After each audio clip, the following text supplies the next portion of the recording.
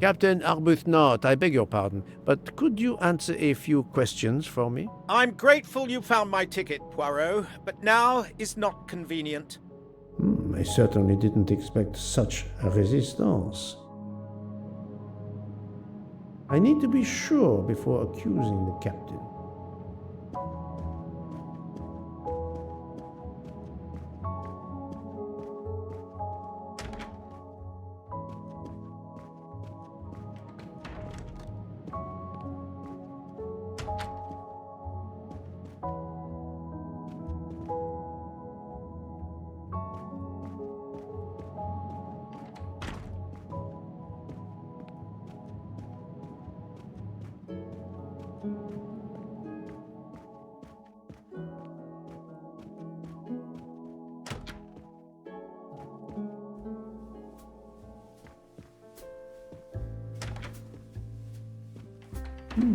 Most of the passengers pass by the bar during the day. They eat, drink, write.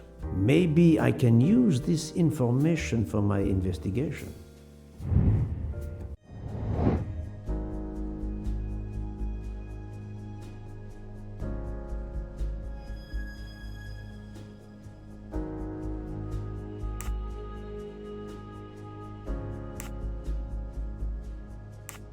No, not good. No, it's too unreliable. Anyone could lie. Yes. Yes, it could work. He appears to be an observant young man and serves the passengers regularly.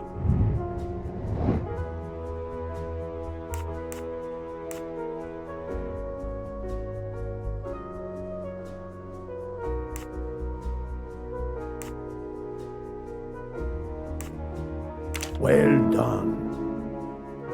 Yes, if I ask them to write something trivial, they may do it instinctively with their dominant hand.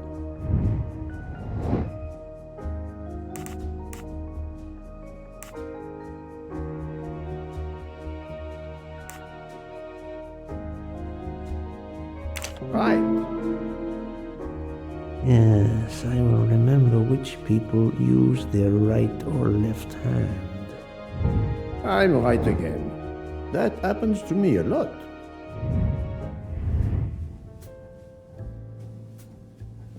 Mademoiselle Debenham, I have a few questions for you. Of course.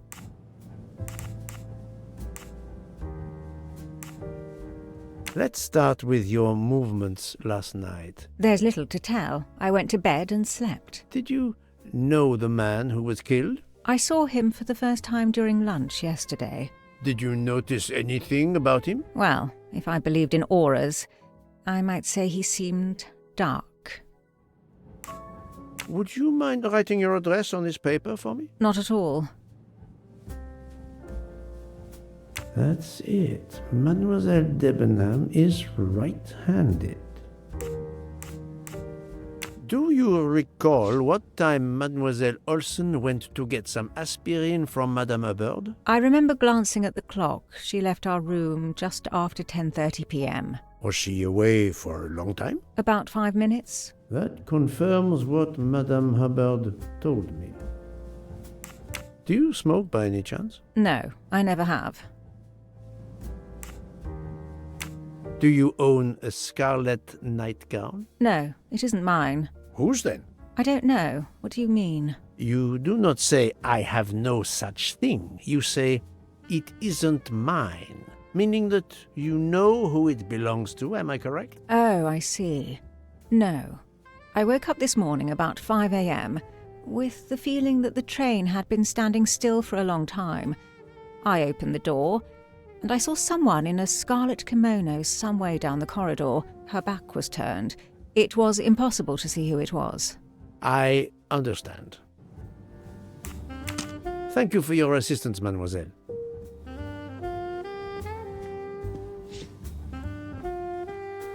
Mademoiselle, I am sorry to disturb you, but I need to ask you a few questions. Are you the investigator? I am.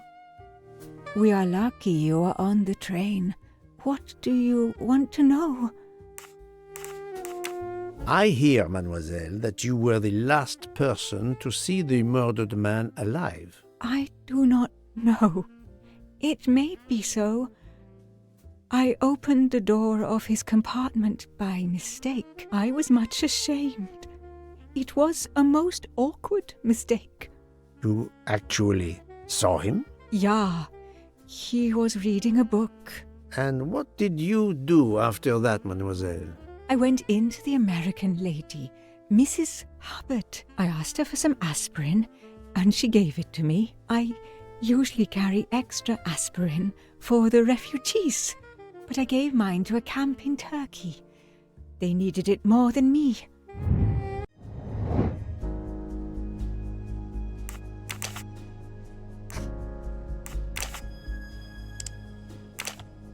No, not good.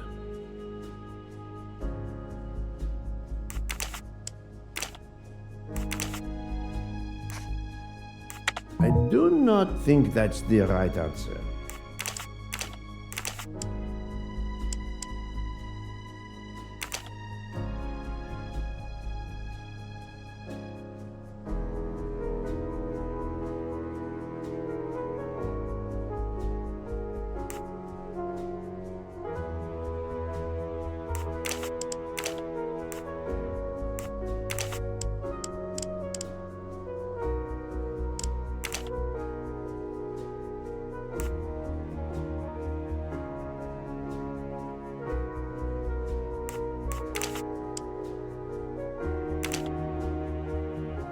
I must admit I'm not right this time.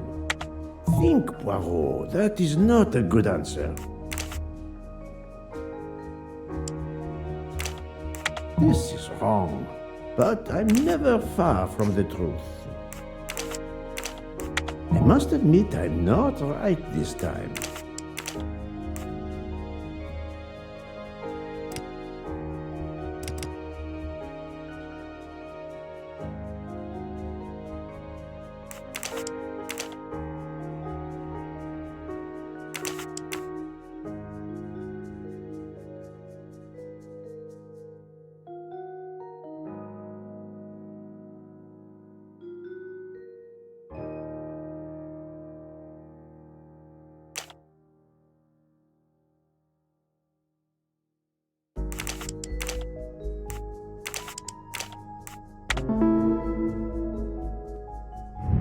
That's the right answer.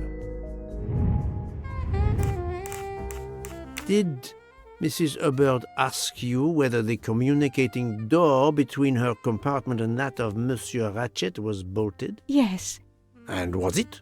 yes. And after that, what did you do? After that, I went back to my compartment, took the aspirin, and lay down. That was around 10:50 p.m. Is there anyone else in your compartment? Yeah, a young English lady. Very nice, very amiable. After the train left Vinkovsky, did she leave the compartment? No, I am sure she did not. Why are you so sure, if you were asleep? I sleep very lightly. I am used to waking at a sound. I am sure that if she had come down from the berth above, I should have awakened. Did you yourself leave the compartment after that? Not until this morning. Do you have a scarlet silk kimono, mademoiselle? No, indeed. I have a good comfortable dressing gown of Jaeger material.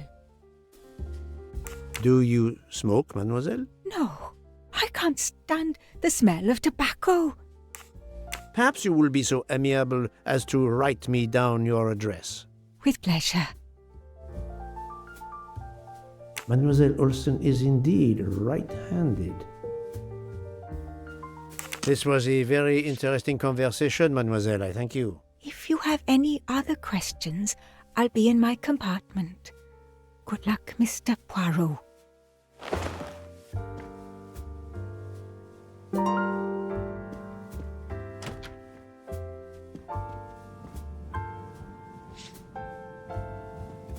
I'll observe her instead.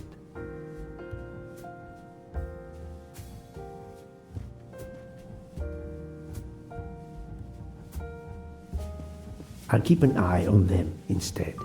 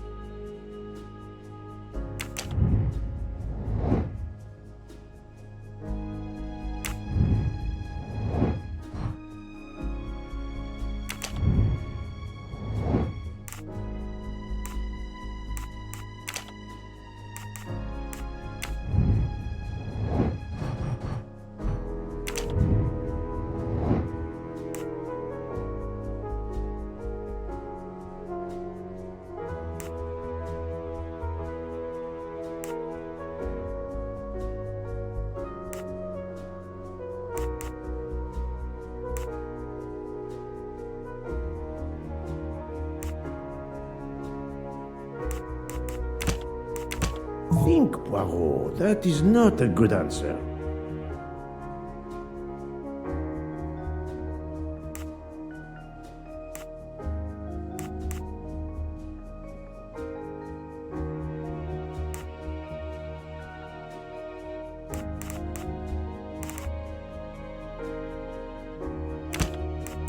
I do not think that's the right answer.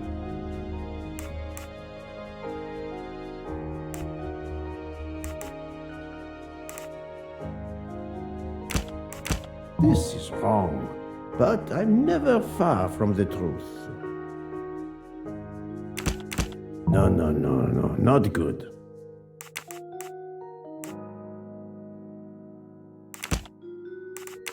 I must admit I'm not right this time. Think.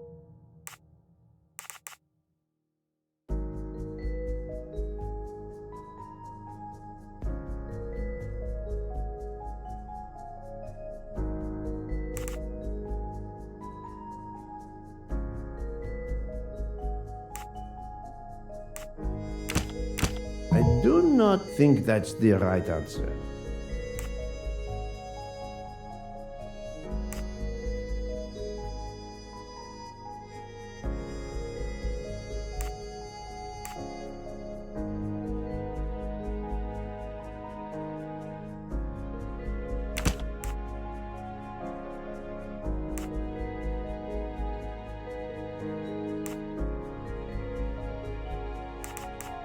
I must admit I'm not right this time.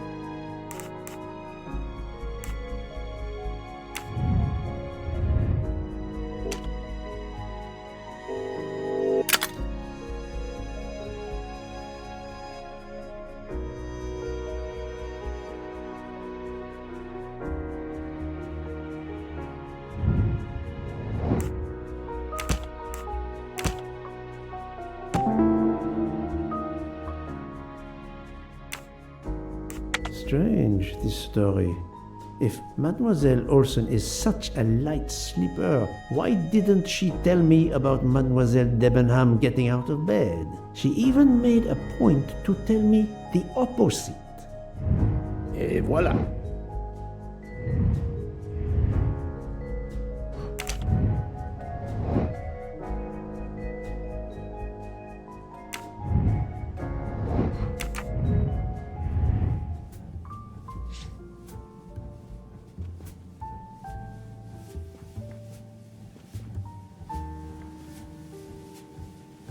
I'll keep an eye on them instead.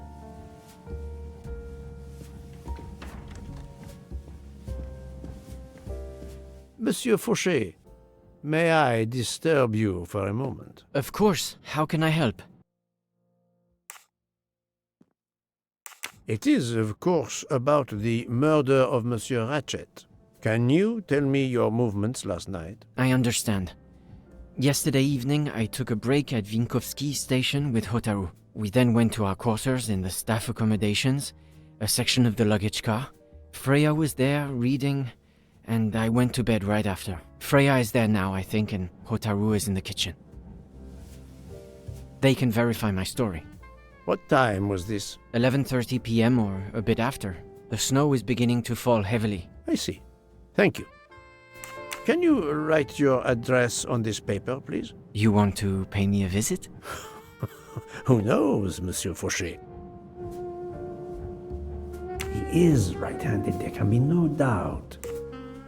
Are you a smoker? I'm trying to quit, but yes. I'm now down to just 1 pack of cigarettes a week. If you're looking for a heavy smoker, you should talk to Hotaru. Thank you, Monsieur Fauché. I'll come back to you if I have more questions.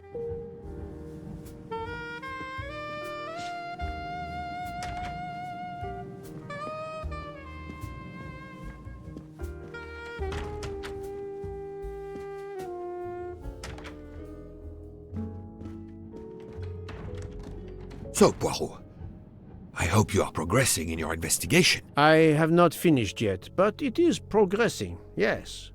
I still have many questions that must be answered. I will report to you as soon as I can.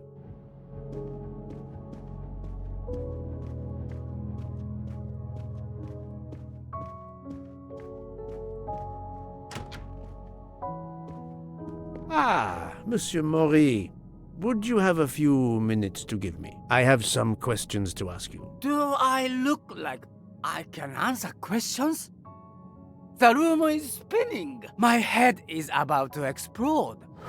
You were celebrating last night? Celebrating! When Freya always wins. What am I saying? If you want my answers to your questions to make sense, help me recover. You see there, the magnet on the fridge. That is my special recipe. I call it my day after survival tonic. If you could make me my special tonic, I might survive long enough to answer your questions. Jean knows the recipe very well. He can help you with the preparation. Very well, Monsieur Maury. If I must, I must. I will make you your day after survival tonic.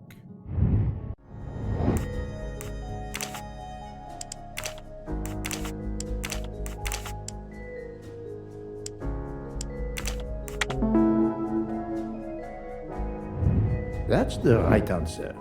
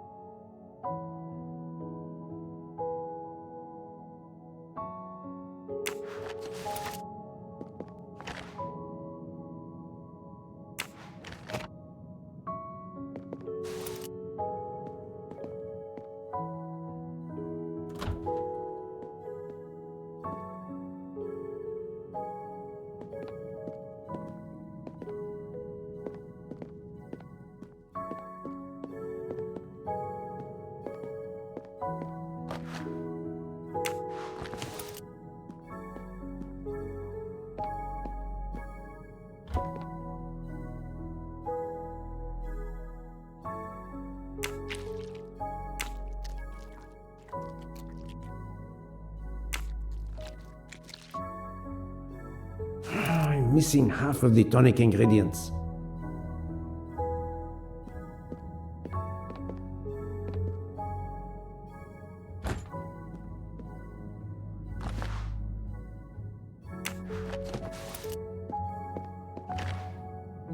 I have all the ingredients for Monsieur Maury's tonic. I have to go and see Monsieur Fauché so he can prepare it for me.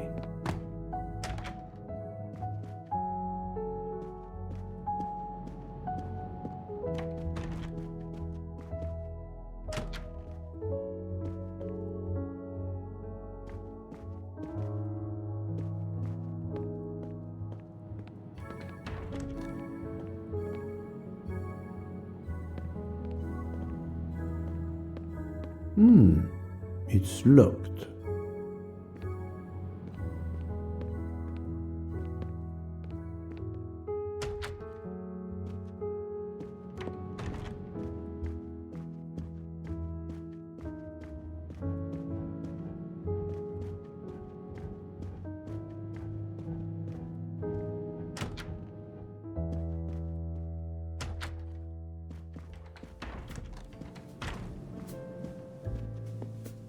Monsieur Fauché, may I disturb you for a moment? Of course, how can I help?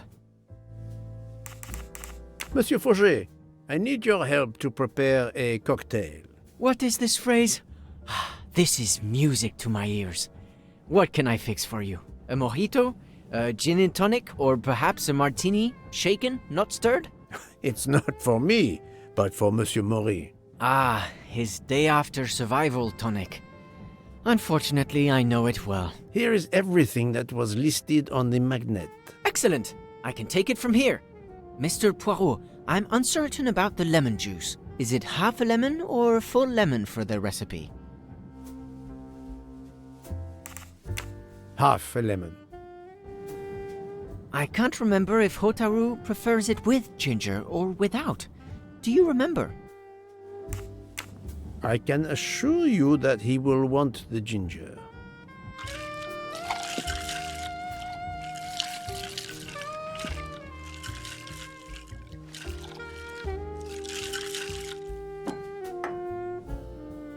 There you are, sir.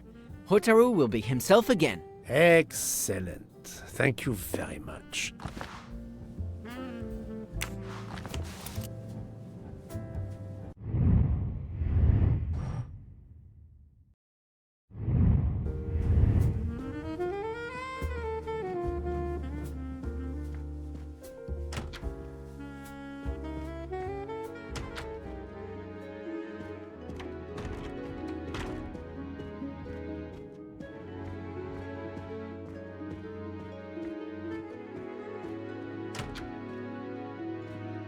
Here you go, Mr. Maury.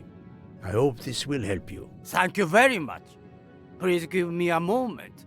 While this takes effect, it will be a while, I'm afraid.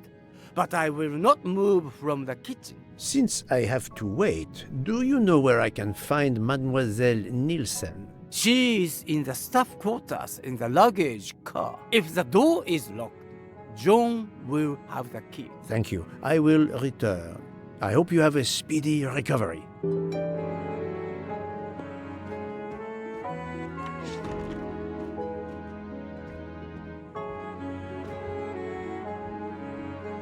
Monsieur Maury told me that you are the one who has the key to open the luggage car door. I will need it. Yes, that's right. Here it is. Please don't forget to give it back to me. I will not forget, Monsieur Fauché. I have a favor to ask. Could you visit the passengers who are in their rooms and explain there has been an error with their allergy and diet form? But, Monsieur Poirot, I made no errors. Of course not. Call it a computer error. Yes, it is possible, but even if I can see this is part of your investigation, I do not understand it. I would ask that you observe which hand each passenger uses. Ah, you wish to know if they use the right or left hand when they write? That is my intention. I will take on this mission for you. Excellent.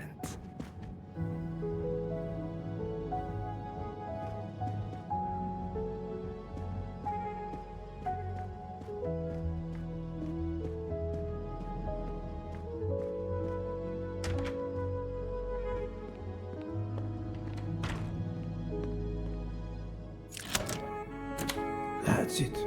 It's open now.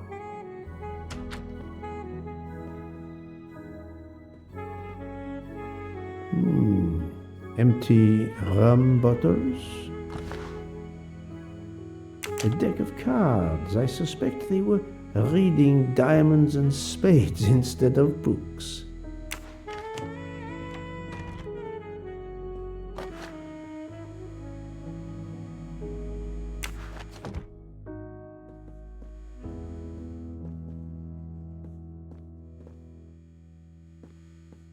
Hello, Mademoiselle Nielsen. May I ask you a few questions? I don't have a minute. My career is ruined, and it's not my fault. But how did this terrible thing come to pass?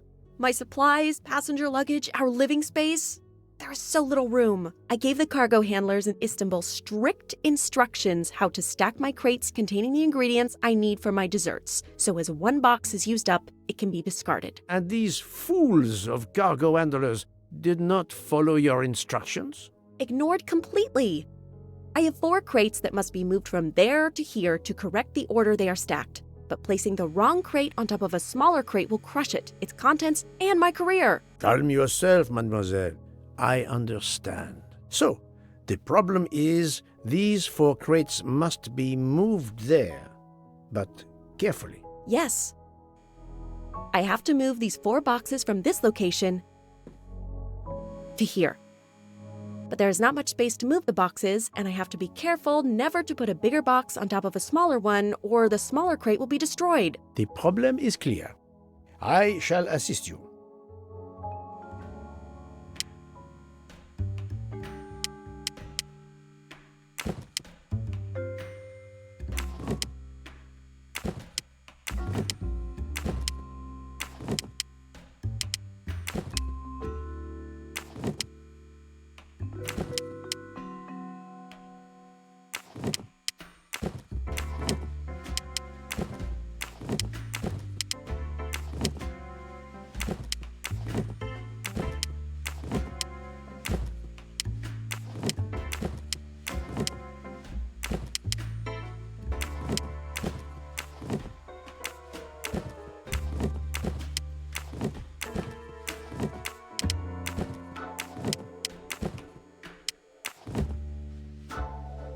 Et voilà! You are a lifesaver. Or at least a dessert saver. Thank you, thank you.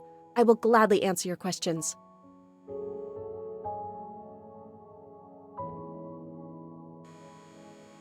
Can you tell me your movements of last night? Last night after dinner, I stayed in the kitchen until 12:15 a.m. Then I joined Jean and Hotaru in our quarters. Then all of us read quietly in our beds until we fell asleep. A very studious staff. However, Monsieur Maury doesn't seem to have followed the same literary pursuit as the others. And these rum bottles, do they have something to do with his hangover?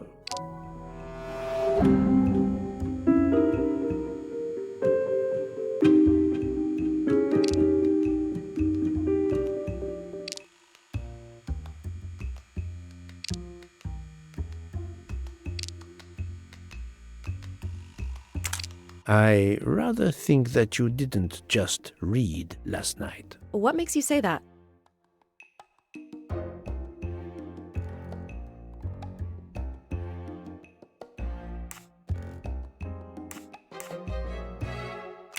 I spoke to Monsieur Maury. He seemed to be quite hungover. He even asked me to make him his day after tonic. He blurted out, "Freya always wins." Wins what?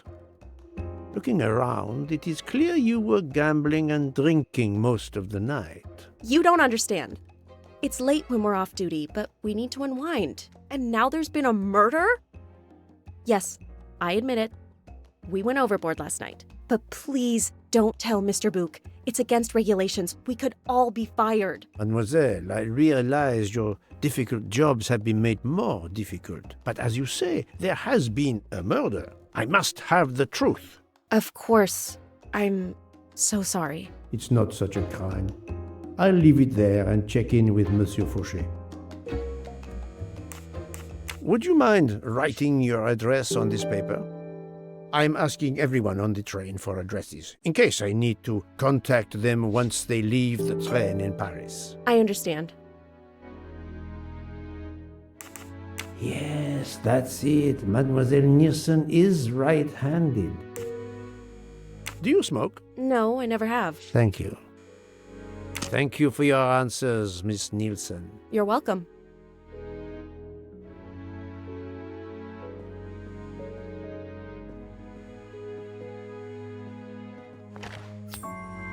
Come to Poirot, my exquisitely sculpted friend.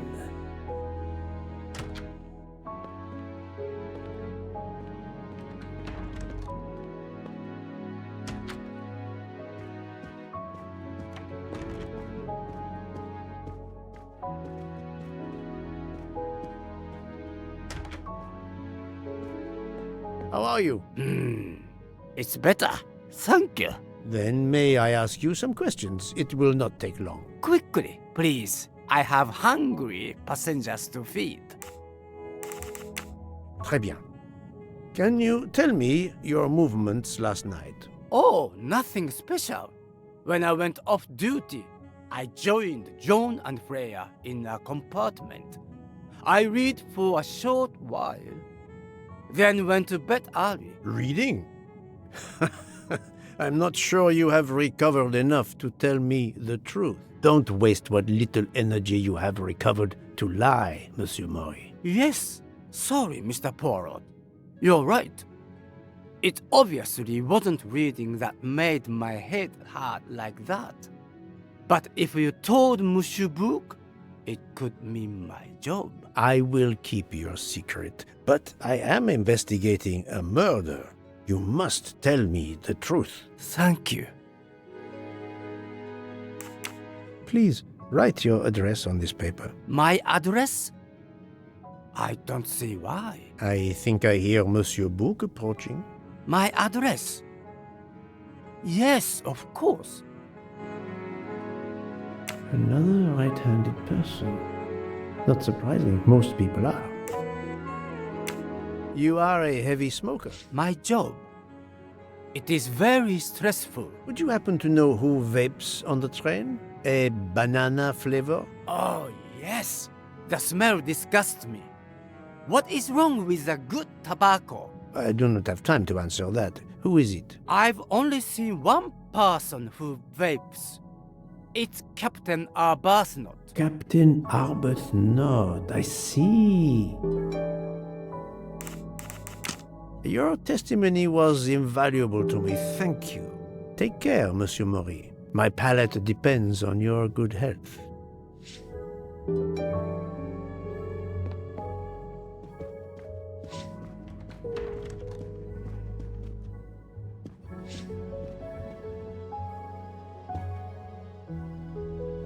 Here is your key. Thank you very much. My pleasure. About the little favor I asked of you. Aha, but of course. I was able to get new allergy forms from guests who were in their compartments. Monsieur McQueen, Monsieur Masterman, Count and Countess Andreni, they are all right-handed. I also asked Princess Dragomirov, but she had her assistant, Madame Schmidt, sign for her. She is right-handed as well. You have exceeded my expectations. Well done. Thank you, Monsieur Fauché. I'll come back to you if I have more questions.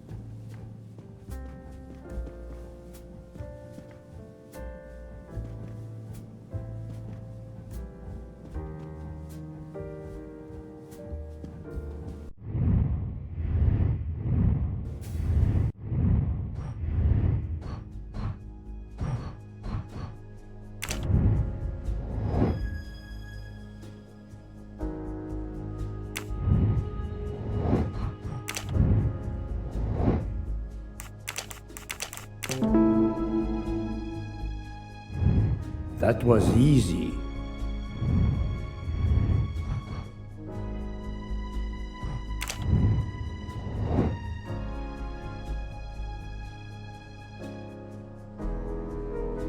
Well done.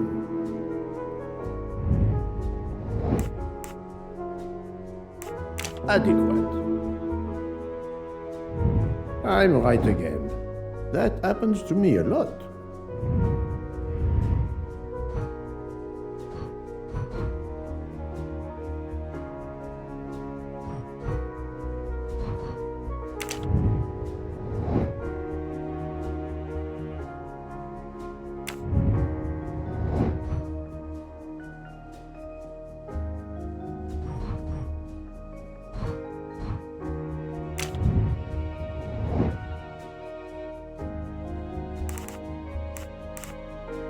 Good.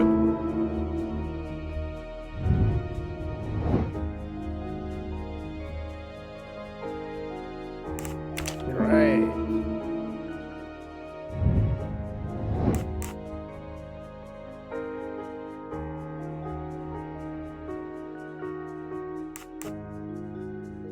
Brilliant. Yes. That's the right answer.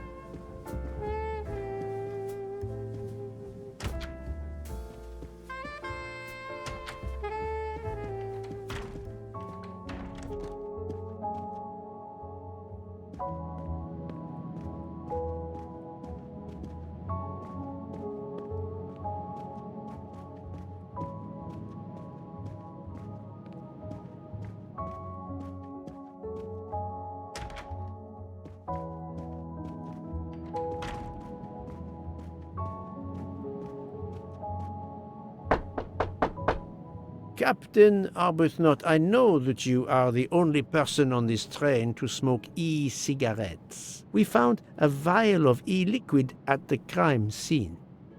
Will you talk to me about this, or should I pass on what I've learned to the police? All right. Come in if you must.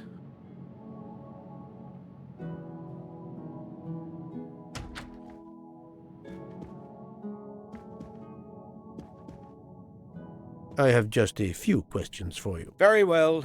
Let's hear them. The young English lady, Mademoiselle Debenham, was at the Tocatlian Hotel. Perhaps you met her there? We exchanged a few words. Fellow Brits abroad, that sort of thing. What can you tell me about Mademoiselle Debenham? Nothing whatsoever. We barely spoke. The director of the Orient Express, Monsieur Bouc, thinks the assassin is a woman. And that is enough to accuse her? She had nothing to do with this murder. How can you be so certain? The idea is absurd. Ratchet was a perfect stranger to her. She'd never seen him before. Ah, did she tell you so? Well, yes, maybe she did. She may have commented once upon his somewhat unpleasant appearance. If a woman is concerned, as you seem to think, to my mind, without any evidence, I can assure you that Miss Debenham could not possibly be implicated. It is clear that the captain is defending Miss Debenham, a woman he supposedly doesn't know very well. What were you doing last night around 1:15? 1:15? I believe I was still talking to that young American fellow, Mr. McQueen, the secretary of the man who was killed. We were in his compartment. He was a friend or acquaintance of yours? No, I never saw him before this journey. We'd hit it off at dinner, and the conversation continued into the early hours. Until what time was that? Until 1:45 or so. Then I retired to my room and went to sleep. There is nothing you can recall last night that in any way struck you as suspicious? It's nothing. A mere detail. Allow me to be the judge. Well, before returning to my room, I went to the lounge car to get a glass of water. When I was passing through the first-class corridor, I noticed that the door, which is just after your room, 201, was not quite closed, and the person who was inside peered out in a furtive sort of way. Then he closed the door quickly. I know there's nothing in that, but it was the furtive way it was done that caught my attention. Struck me as a bit odd. I understand. Thank you for letting me know. Could you write down your address here, please? My address? If you insist.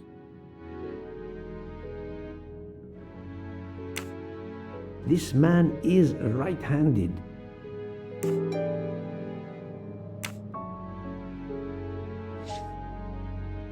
Is this e-cigarette liquid yours? What flavour is it? Banana. Well, that is awkward. That's my flavour of choice. But I have no idea what it was doing there, whatever. Can you explain how it ended up there? I have no idea. I never entered the man's room, Poirot. That's the truth. Thank you, Captain. You're welcome.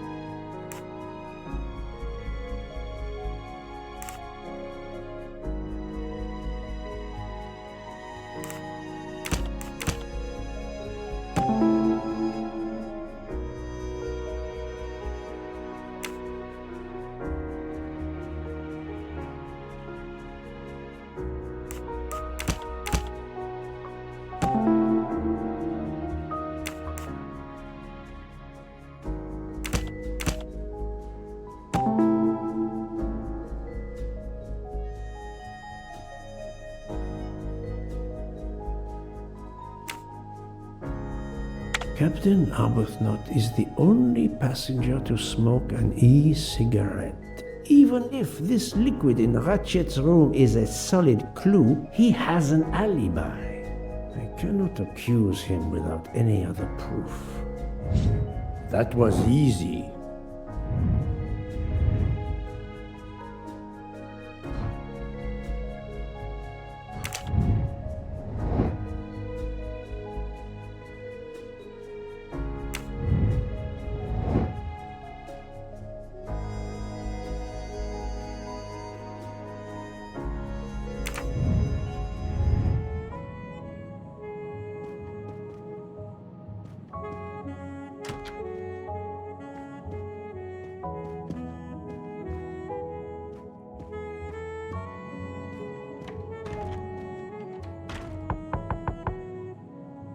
Pardon this intrusion, Mademoiselle Olsen, but something you told me earlier confuses me. Oh, please, come in.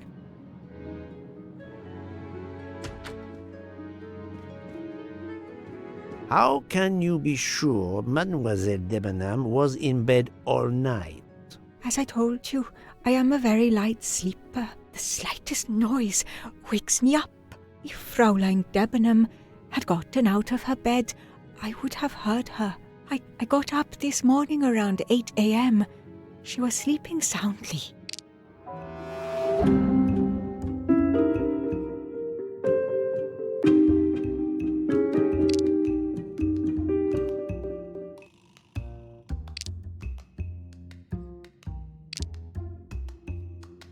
I know there is a clue somewhere to prove she's lying.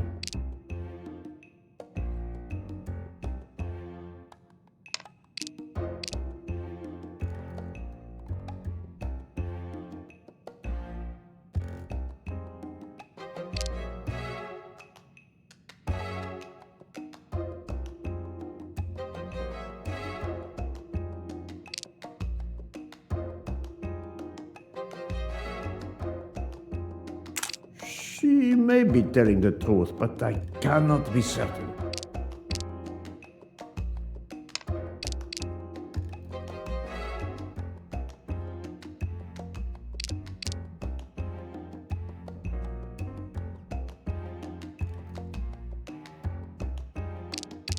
Are you certain you would have heard her? Yes. Why are you asking?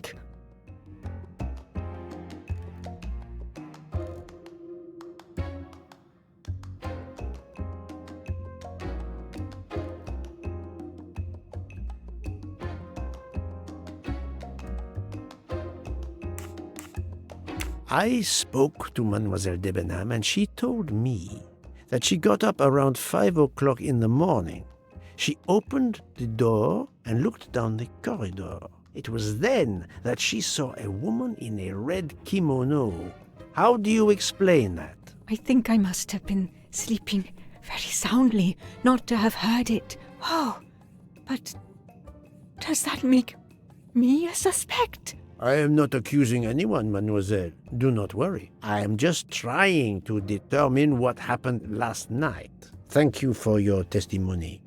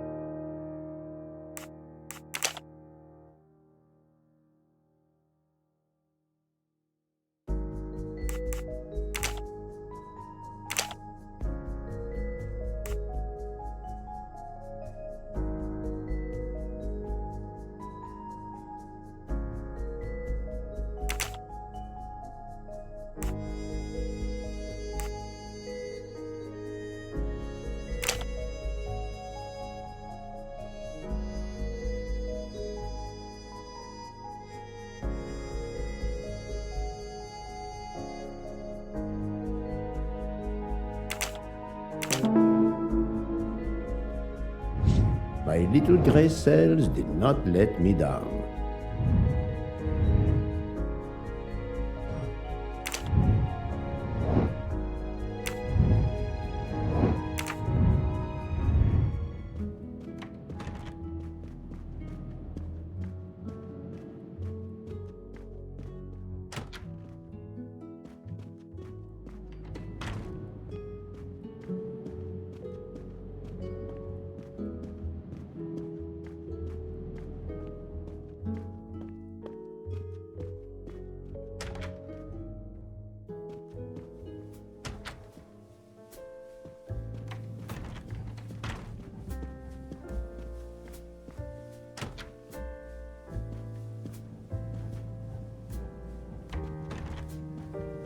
Monsieur Fauchet, may I disturb you for a moment? Of course, how can I help? So, Monsieur Fauchet, are you trying to hide things from me? I know about your little party last night. You are not a detective for nothing. I'm sorry, Monsieur Poirot. Thank you, Monsieur Fauchet. I'll come back to you if I have more questions.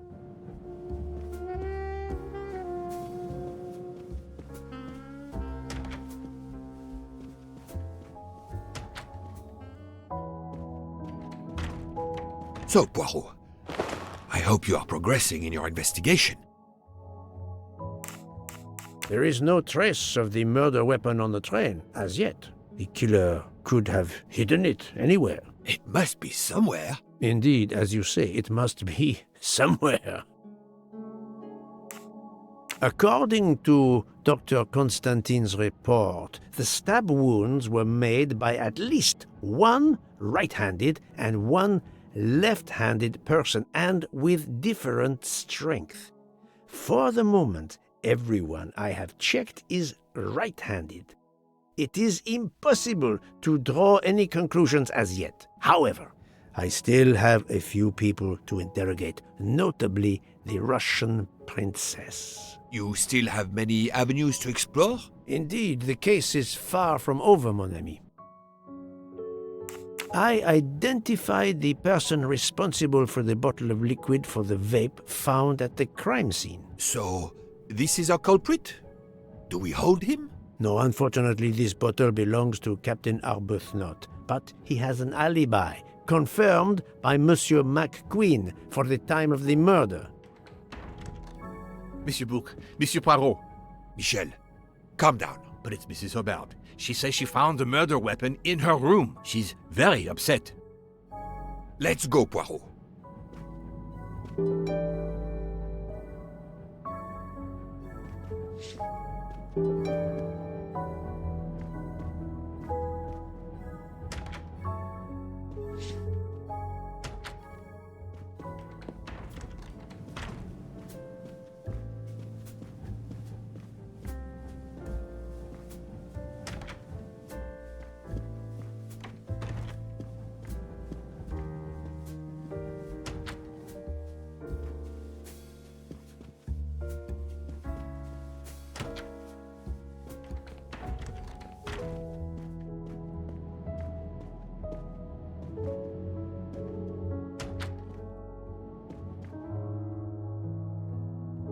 I demand to be allowed to leave this train! Madame, we are in the mountains, trapped in a snowdrift. Stating the obvious, there is a murderer among us. He had the audacity to hide his weapon in my room. Please, Madame Hubbard, take a deep breath and tell us what occurred. Where did you find the knife? I wanted to get a handkerchief from my purse, and when I opened it, I saw it! A bloody knife! Am I next to be murdered? I very much doubt the murderer would give you his weapon. What do you mean? Madame, he would have used it. Oh, I haven't! Did you touch the knife? Of course not! What a question! I will take that as a no.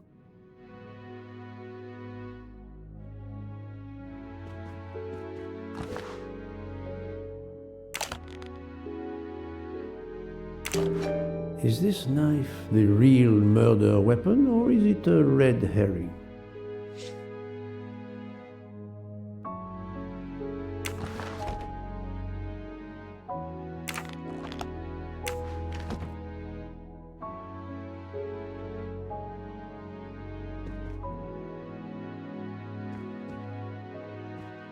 Mrs. Hubbard is distraught, Poirot.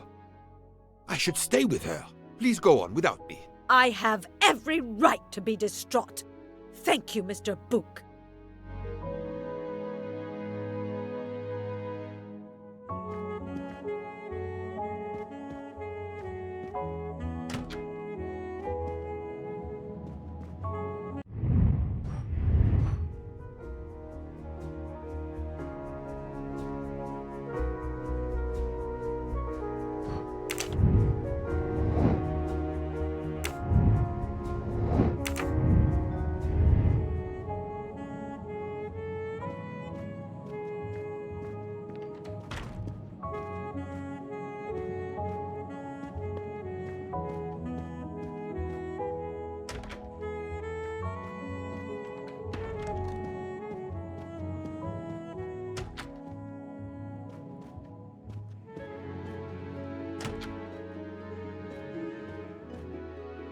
Dr. Constantine, we may have found our murder weapon. We need to make certain. There is a pretty quick way to be sure. I have estimated the depth of the wounds. You can easily find the depth of each wound by comparing the width. There are 5 of them that I am not sure about. Test them, and then we will compare our results. I will do as you say, Doctor.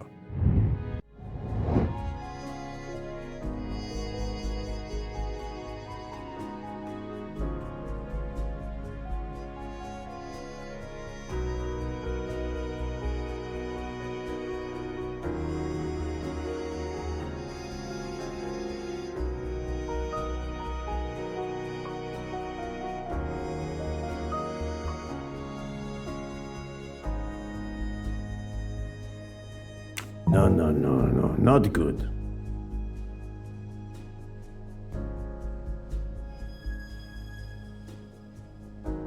This is wrong, but I'm never far from the truth.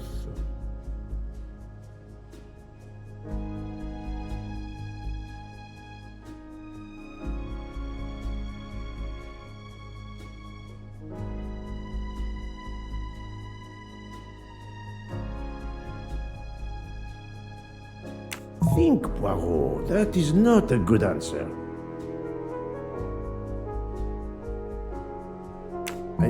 not think that's the right answer.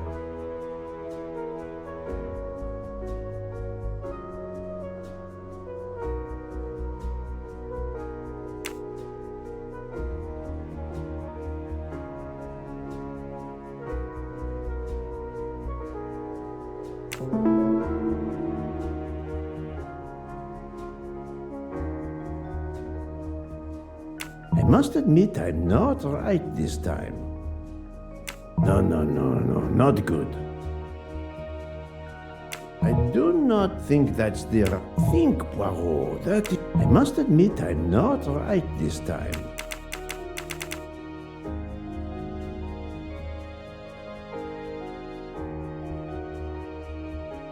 This is wrong. But I'm never far from... Now think, Poirot, that is not a good answer. I must admit I'm not right. This is wrong. But I'm never far from the truth.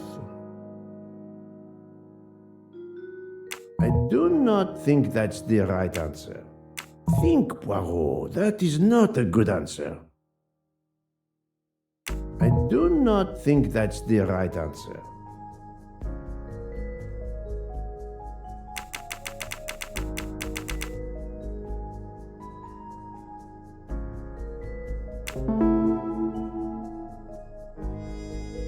Now this is wrong, but I'm never far from the truth.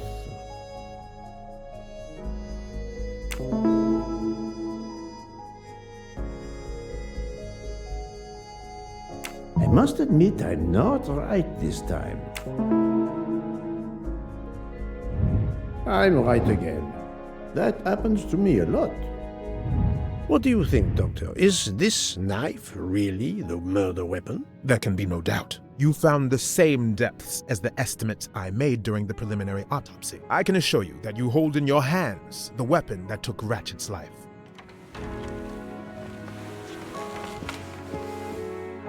Thank you.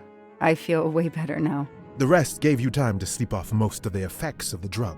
I'm still a bit groggy. That's understandable. Are you able to continue your story now? Yes. Yes, I think so. Where was I? You were explaining how you returned to the Armstrong house to tell them their poor little child was dead. Yes, that's it. I felt helpless. My part in the case was officially over, but I knew I couldn't let it go. Daisy deserved justice.